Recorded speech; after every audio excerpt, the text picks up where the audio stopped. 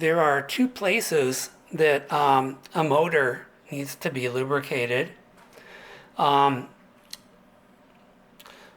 this is a motor that I've removed from a record player. Let me just show you the two areas that need to be relocated. This is the front bearing. This is the rear bearing.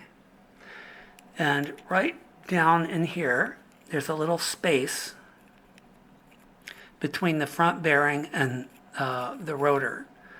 There's also a little space here between the step and the front bearing. Those are two places that need to be lubricated for the front bearing. The rear bearing needs to be lubricated right here in this area between the motor rotor and the rear bearing on this little shaft area here. It's best when you lubricate this to use a turbine or high speed type oil. I use Zoom. And what you want to do is, see, the Zoom has a long spout so that you can get it down inside here. And I actually want to touch that little shaft with it and squirt some oil in there. It's best if the motor is turned on its side like this so that gravity will take that oil and send it down inside the bearing. Same with the top bearing. We want to have it in this position to lubricate between the motor step and the bearing.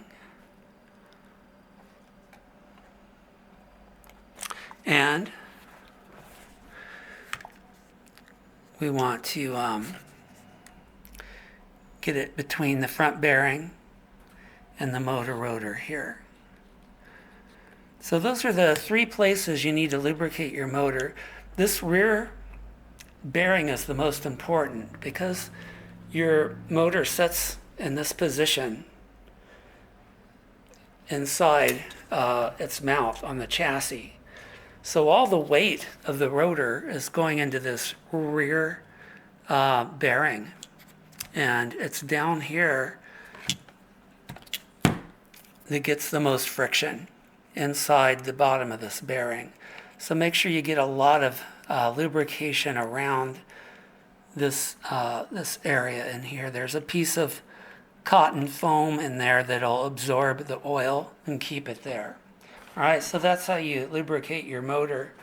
To access the motor while it's still installed, you can get the top rotor this way, just right from the top, and you want to get it down inside so it's not touching any rubber components. Then you might have to open up your record player cabinet and set it up on a table. I would set it on its side with the speaker side down so that you're looking at the motor like this.